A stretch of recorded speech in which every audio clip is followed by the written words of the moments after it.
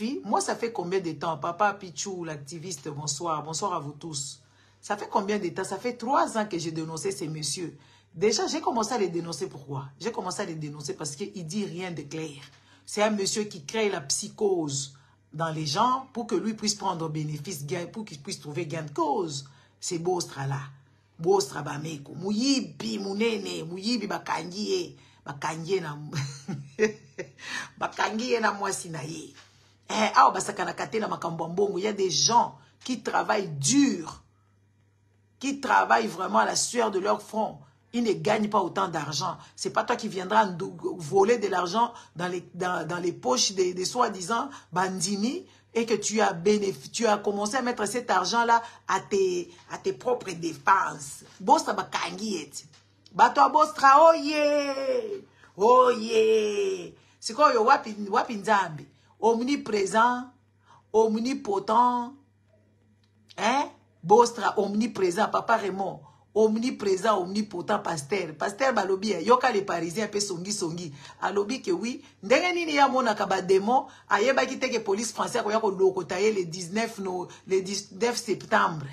Na tongo, na yena mwasine bangwati bango. Bakena bango sous les verrous.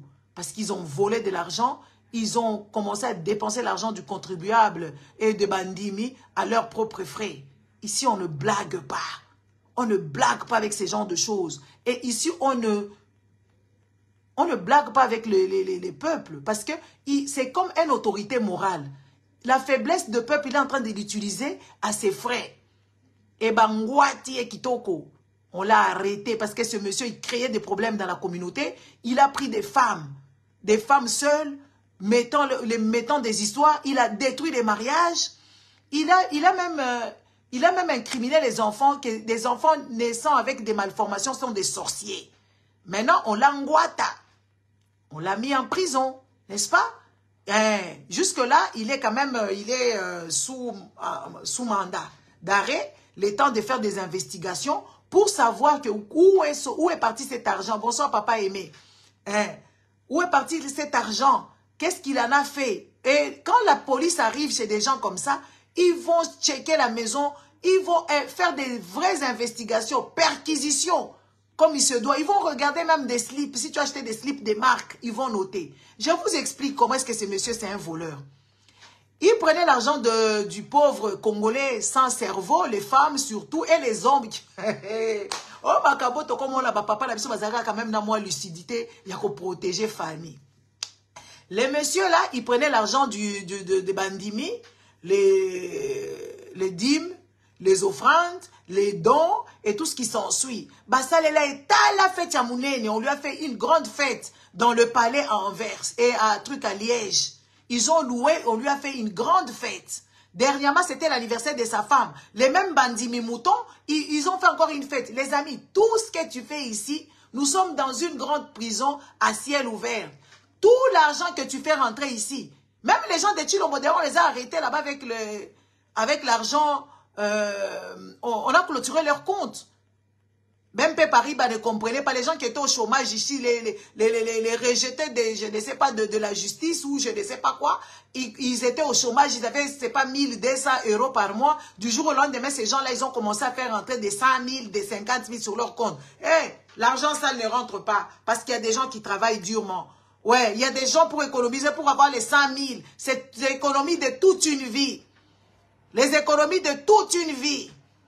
On a clôturé leurs comptes ici. Bempe Paris a dit, pas question. On vous connaissait ici avec vos comptes qui étaient toujours à découverte. Il y avait plusieurs personnes qui étaient même sous, ils étaient interdits bancaires. Ils vivaient en deçà de seuil, sans économie. Du jour au lendemain, quand ils sont partis au pouvoir au Congo là-bas, ils ont commencé à payer des gens, commencé à rafler leurs comptes avec des mille et des millions de dollars sous leur compte. La banque a clôturé leur compte, ils ont clôturé. Hein. Ils ont de problèmes avec les banques. Hein? Et ce boss-là, il est devenu millionnaire en France. Ah, les amis, c'est au Congo qu'on devient millionnaire comme ça, à ne rien faire. Ici, pour devenir millionnaire, il faut que tu bosses. Soit tu as créé une application, soit tu as fait des économies, ou tu as travaillé toute ta vie et ton dos est cassé. C'est pour ça que tu vas avoir des millions. Kaka pamba boyo la mukika anatongo tu deviens millionnaire. Ça ne se fait pas. Ça ne se fait pas. Moi, j'ai commencé à dénoncer ces messieurs-là. Les gens m'ont dit, toi, tu verras, Dieu va te punir, tu vas voir, tu iras en enfer. Entre moi et lui qui est prophète. Entre moi et lui qui est prophète. Moi, j'ai vu ça bien avant. Je l'ai dénoncé bien avant. Pourquoi je l'ai dénoncé? C'est un monsieur qui est méchant.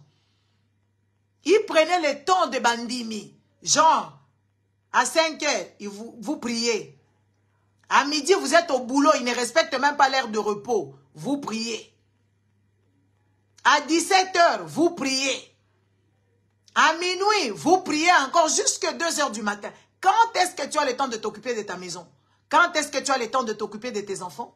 Quand est-ce que tu as le temps de t'occuper de toi-même? Quand est-ce que tu as même le temps de réfléchir? Il faisait rentrer les gens dans les gènes. 41 jours. Après 41, une semaine après, 21 jours. Son père meurt, 41 jours. 40e jour de son père, 21 jours. Donc, il a blagué avec les Congolais comme vous n'avez pas idée.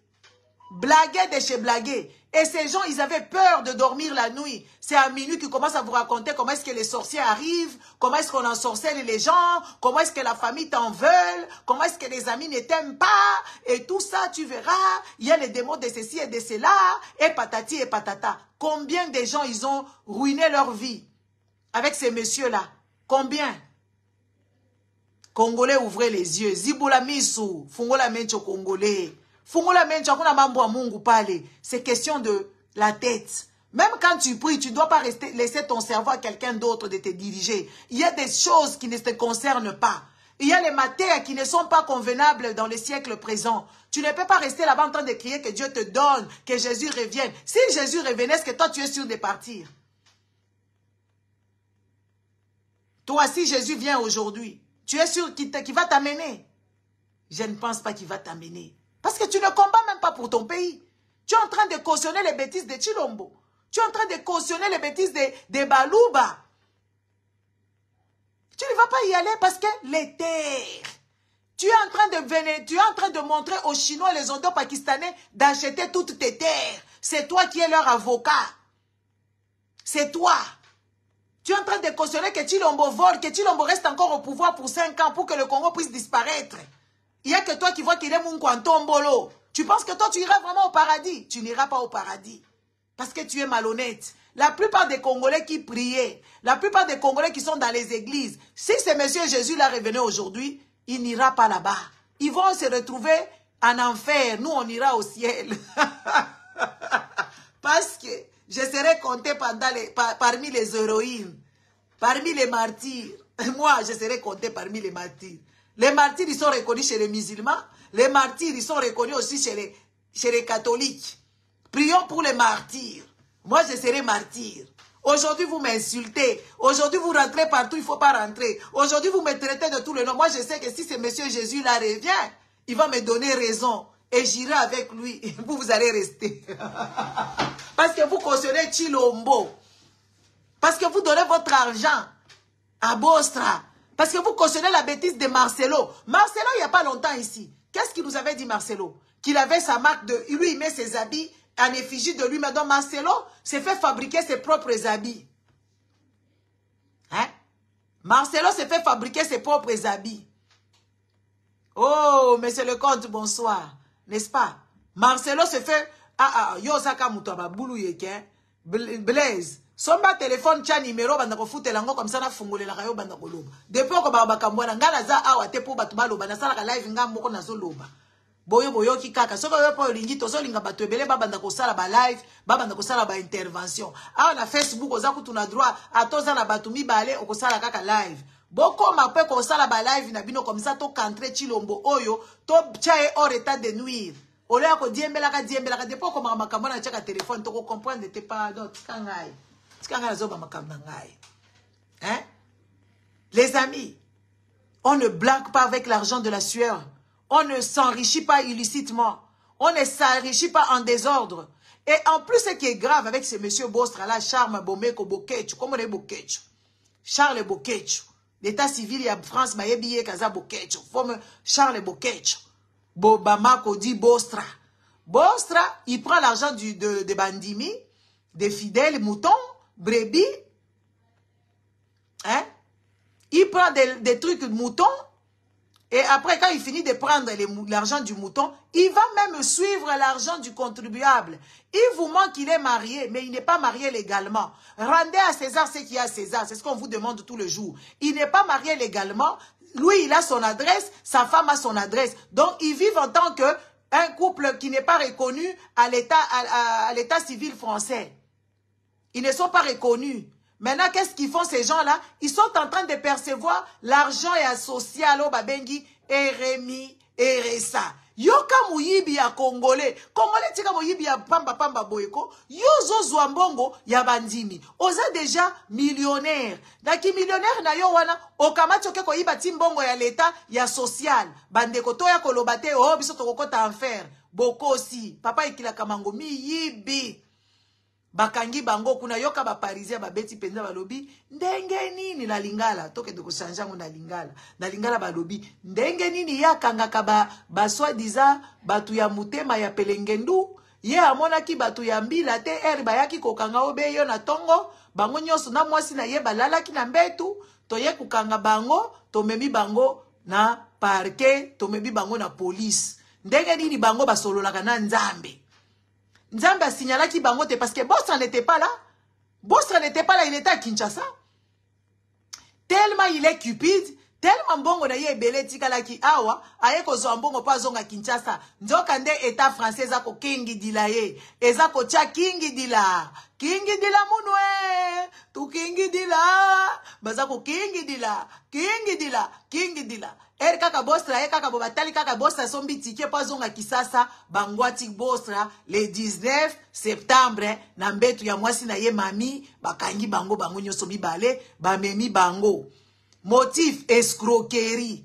Ya bien ya l'État, na escroquerie ya bandimi, mbongo wane zalaka ya bangote, mbongo wane zalaka ya église. Pona kosala ngo ba œuvre caritatif, akomi kosomba ba Porsche, akoko kosomba ba mituka, pasteur Mobimba kumbaka mutuka sans permis de conduire, pasteur Mobimba akumbaka alalaka mwasi sans kobala ye légalement devant l'État.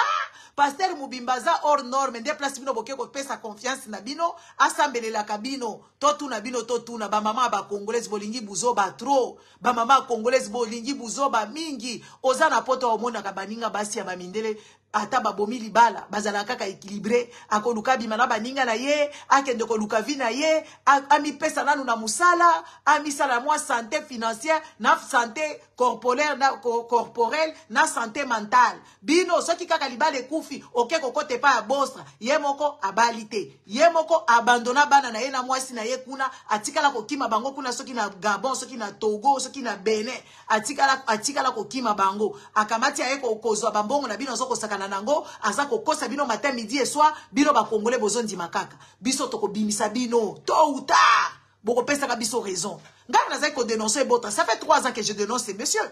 Combien de bateaux ba finganga na Benin, merci papa Ekila. Combien de gens ba finganga ke naza jaloux, ngala za ka pasteur. Naza l'église, ngala leka ba dîme, ngala ba bonza, hein? Dama koyebisa bino ko fungola bino misu, fungola lisu, talanga misu minene boye nazo mona clair. Talanga yi kaka modèle na mona ka clair, soki ka muto afungoli munoko na yebi ke o aza zoba, na ko continuer na yete, o aza kizengi, o aza mutu esala bien te, o aza ignorant, o aza bololé. Mais bino bozo comprendre te ke boss aza bololé. Babilo kwa pesa ka bino neti ba masolo ya buzoba kaka, ba buzoba. Alo bakala bino kama kabwezanga tina, oh mama mimi isungu, ça fait longtemps ngandena, hein? Dimeke bikolo ebele la kalisa ki olabi mama ya ndundu ake wapi mama la biso mundela ndundu ye awa oui na lobi mama mundela ndundu aza ndundu mami mi aza ndundu akosilika te ayebi kaza na melanini te asalela kango campagne pour ko sensibiliser batu so itolobi kaka nani Patrice aza maboko te bolobi to fingi Patrice kasi mama mimi aza awa za la ndundu. Et bon, maman Mimi a kosilika. Maman Mimi, est-ce qu'on kosilika? Manifeste-toi. Bokolité, Congolais, Bokola. Hein? Bokolité, Congolais, faut Bokola, la mitou. Boza, la boulouye, ke boko, cerveau glacé. Tolobi Patrice, il faut ça la miracle, na ye. Mama Mimi Chungu pesa moi si pasteur. Est-ce que mobile na ko la mkana tongo bo bandi ko bikisa bato. Abandana ko pesa moi si ne melanini de to monde. Po biso to kota l'église na bango ya ba miracle. Patrice aza ko yiba bino mbongo, bokamati bozole kele mawa, ki azala maboko te. Mama Mimi azandundu awa. Azandundu. Abomba kangote, ayokela kango peso mote. Elle s'assume, c'est une femme intelligente, c'est une femme qui sensibilise, qui essaye de donner la vie et de sensibiliser les ndundu parce que kozala na bana neti ya Barcelo bandundu ezali pasi. Pasi makasi bino bozomo nango keza blague. Ye wala c'est qui alobi c'est que je suis. Olobi nini? C'est qui? J'en suis et je ne suis pas. Qui est la lina koseka? Ye moko ndundu na biso ya mundele na benga ka ndundu na biso ya mundele ye awa. A sensibiliser kabana, a sensibiliser ba famille bazana bana bandundu pour na ko éviter ba cancer ya peau. A sensibiliser bango pour bazala na ba équilibre na moi température anda qu'il faut kende bien pour so na bango e bebate. A sensibiliser pour na ba crème solaire, a sensibiliser bango pour na misu, ba lumière moko ezala moi tamisé pour miso bandundu e bebaka. Awa ngala lobi bo mama Mimi nsunzo za ndundu awa. Bomoni aleli, bomoni bana le ba ekolela awa. Boyoki aleli.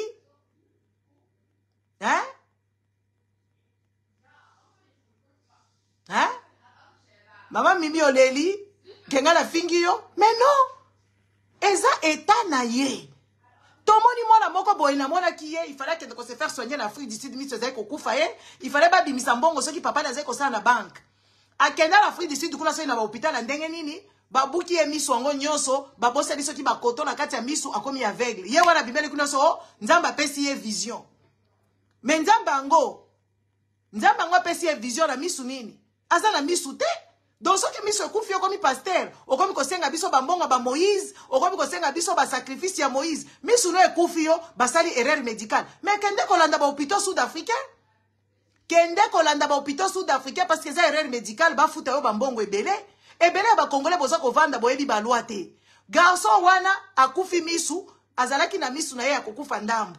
Il fallait pas ça la opération moko boye en Afrique du Sud. Ba kenda ko ça la opération ba bosani soki ba coton soit disant na misu soki lokuta, soki ya solo bango na kuna na TikTok balobi o Lazare, bazai ko lambela ba Marina Martha, bazai ko lambela Nzambe Yesu fufu.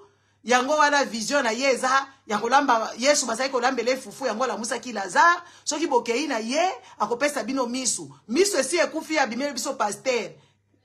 Pasteur pour miso kufie, o nzamba pesi ye vision, mais nzamba pimeli yo vision, pozo mona lisusu te. Nzamba pimeli yo vision, abomi yo misu. Siko ndai nini nzambe wana, abomi yo misu, nde alobi yo koma pasteur. Bozo mona teke za ki vole ya bande organisée. Yoka ba congolaise, baza kuna, kia die, papa pasteur olobi nini. Po misu na yeza quand même impressionnant, Eza ba misu o esi beti boye, et sali bizarre. Siko yoka ba congolais, papa pasteur, toko pesa mbongo, toko tinda bambongo ndenge nini. Yoka ye kuna, yaya na ye mutu Esther, prophétesse Esther, muyibi, azolo bana bango, Airtel mani eza boye, Orange mani eza boye. Gala lobina ye, eza ba miyibi baza koyeba. Misu soke kufi yokomi prophète. Misu soke kufi, menzambe wana penza sali erreur mnene bongo mama nina. Aboma yo misu po pesa yo prophétie. Ezalaka. Nzambe aboma yo nanu misu, nde apesa yo sikoyo vision, oya koyebisa biso koko tambola ndenge nini yo so komona te.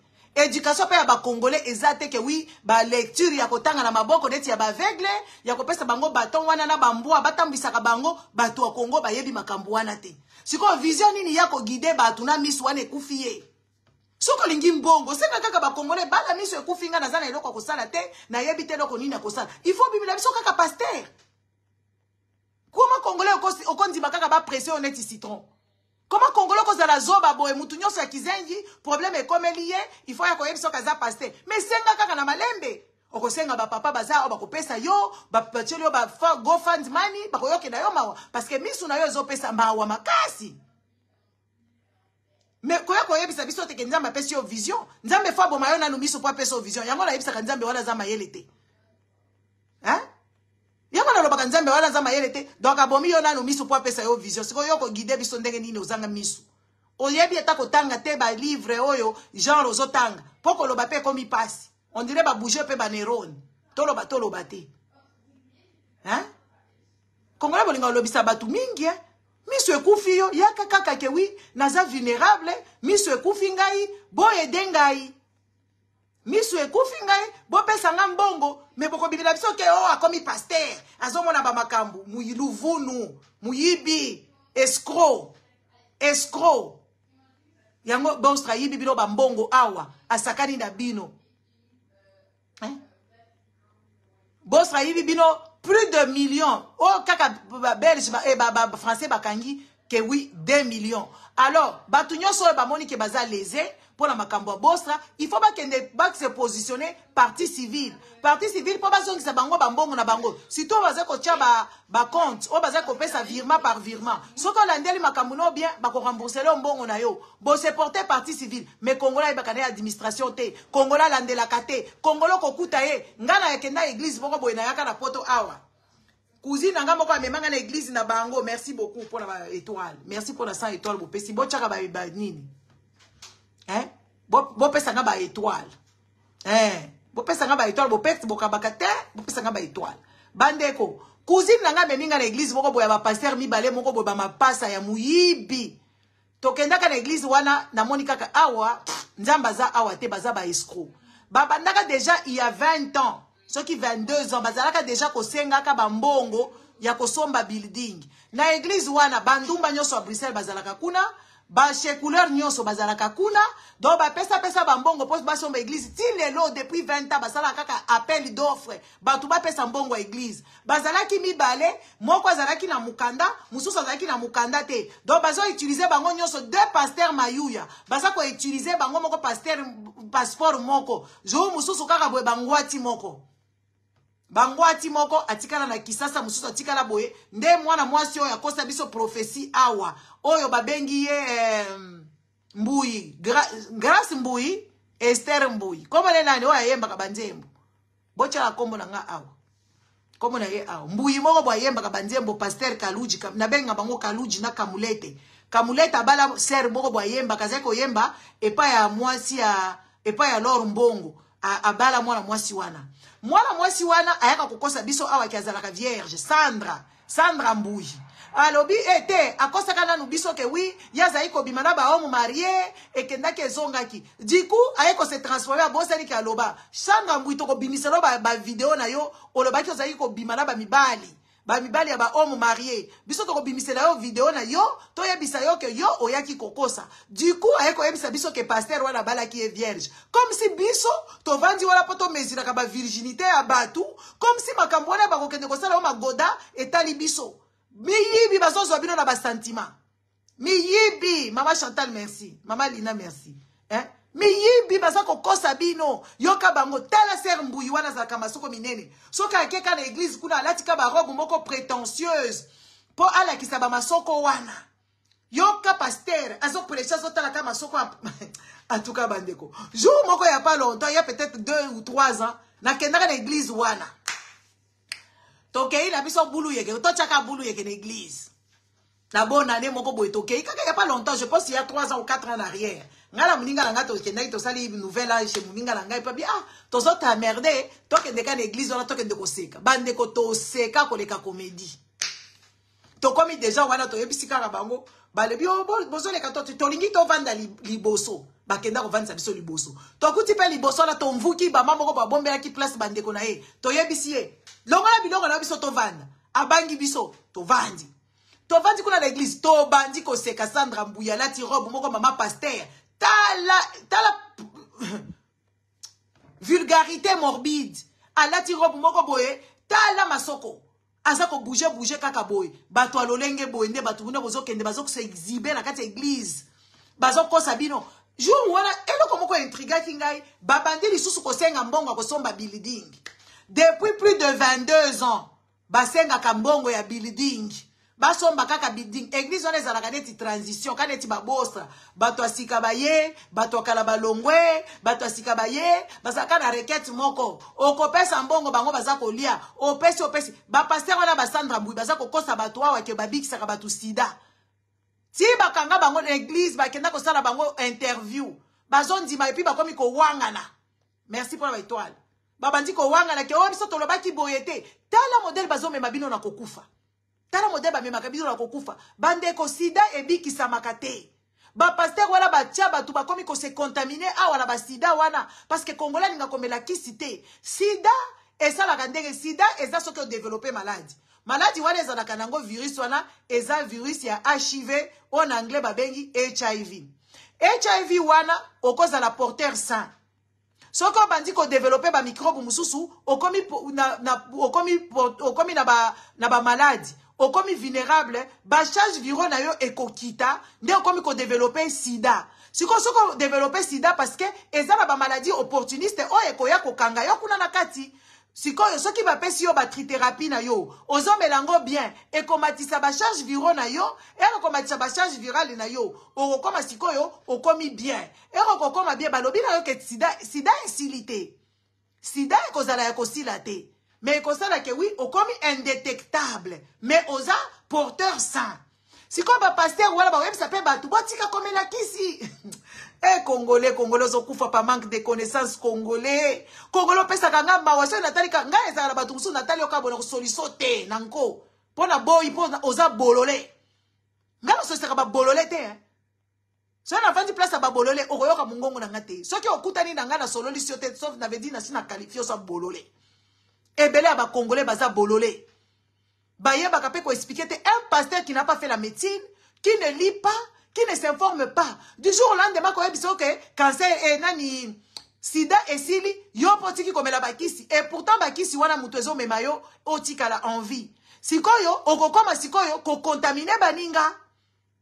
Bako bali so mwasi ya mwana, mwasi ya batu ya vierge, oke ko devierge ye. Er contact ya sang. Et ko salema, o contamine ye. Boboti mwana ya contamination.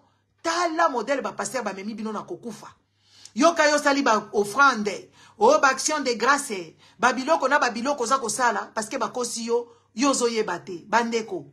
Okozala no na sida, c'est pas la fin du monde. Surtout so kozana bapoto. Ata na Afrique kuna. Bapesa kabatu bakisi oyo. Et kosala ke maintenir yo. Oko vivre kutu plus longtemps possible. Ata mutoaza sain. Mutoaza na malaria kokufa na ye yoza na sido kufite. Les amis, arrêtez de suivre ces charlatans. Arrêtez de suivre ces charlatans parce qu'ils ont fait tuer beaucoup de gens. Et vos orphelins, quand ils restent en vie, ça devient des sorciers. Arrêtez de suivre ces gens. Ils ne sont ni des médecins. Ils n'ont ni la connaissance parce qu'ils ne se documentent pas. Oh, babengi bino, mon peuple, périt par faute de connaissance. Bino. Congolo kokuta ye azorale. Bandeko. Congolais, oyo, nazo yebisa bino. Okokuta ye azorale parce que ba yebisi ya melakisi toute sa vie. Oh, bon, on a melakisi. Mais melakaka, maman. Melakisi, papa nangai, po obika. Po tika la envie. Congolo kokuta ye azolela. Azolela po bayebisi bakata ye lokolo po na diabète na ye. Ma papa bakata lokolo po vivre obika. Parce que soki batiki lokolo wana ekokende kosala makambo mususu. Soki infection wana ekomi komata makasi ko amputer soki ekomi ba côté boye ekomaka difficile po pota wana ezika. Soki bayebisi yoke il y a pas no way. No way. Bakata lokolo ndima ba amputer yo na genou soki bake ko amputer yo na musuni awa e koma ka très compliqué pote ko zikate congolais bakokanga ye na cancer balobi aza na cancer ko la utérus congolais ba yebisi ba longola utérus alobi te o mobali na ko lingate mama longola utérus l'utérus elingi ko loba vagin te ata soki ba longola yo utérus pour la suite ya cancer ezate ke magode ko leka bien te ça n'a rien à voir na magoda tout ça faute de connaissance. Bovandi na ba poto awa connaissance eza partout na ba librairie na ba soko za la mbongo ya liberté na ba bibliothèque oza muto a commune ezalaka nango gratuit soki ba yebisi yo obandi koloba o nzamba ko bikisa yo nzamba bikisaka mutu te nzamba ko bikisa yo te miracle ezalaka te soki miracle ezalaka mbele babosa na basalaka ba miracle bazwa ba mbongo mbele babosa wana bakangi bango lelo te mbele bamukuna bakanga bango makojite bakanga bango ekobo te mbele nyonso tu wana lingaki ezala te bandeko bofungola misu tozo sensibiliser bino. Le Congo a encore besoin de toi. Le Congo veut assez que tu puisses rester en vie pour remonter ce pays-là qui est en train d'être saigné. Bino bolingi koyoka te. Bino bolingi kolanda buzoba ya ba pasteur o baza ba fakwa. Mi yibi bakangi Bostra na Paris na mwasi na ye. Nzamba yebisaki bango teke miracle. Bostra uti na matanga ya garçon oyo soki Gauthier e wingi oyo balobi fali muto alie ye. Ay kokoloza.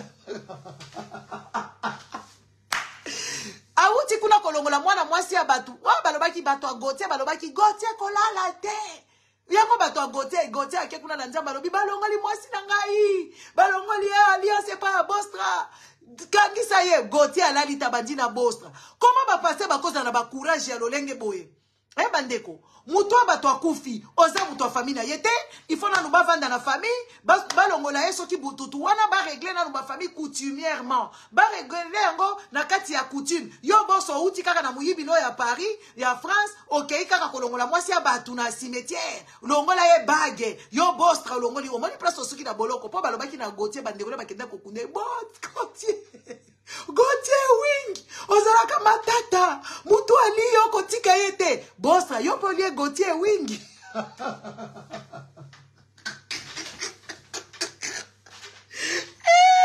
Les amis, vous savez pas comment je suis dans la joie. Je suis dans la joie comme vous n'avez pas idée d'être Bakangi Bostra. Il a nui aux familles. Il a nui au couple. Il a nui même aux enfants. En allant même insultant les enfants qui naissent avec malformation, autiste, bizengi. Bon, je sais pas si en lingala on dit des bizengi. Bon, excusez-moi, maman, bozaka kaka touché. Bostra lobi ezabana bauta kana kidiabulu. Bostra lobaki na bino bongo bosilikata. Et pourtant bozala bana autiste. Et pourtant bozala bana bizengi na banda kuna bino. Bostra zo finga bango bolobaki elo côté. Bolobaki elo côté. Si quoi le loba ngwati ye bakangi ye penza bakangi ye muyibi balobi muyibi allez case prison batie na prison batie penza na boloko pona nini escroquerie ti ba parisien ba commis n'est-ce pas? Il a noué aux familles, il a détruit l'espoir même des parents oyo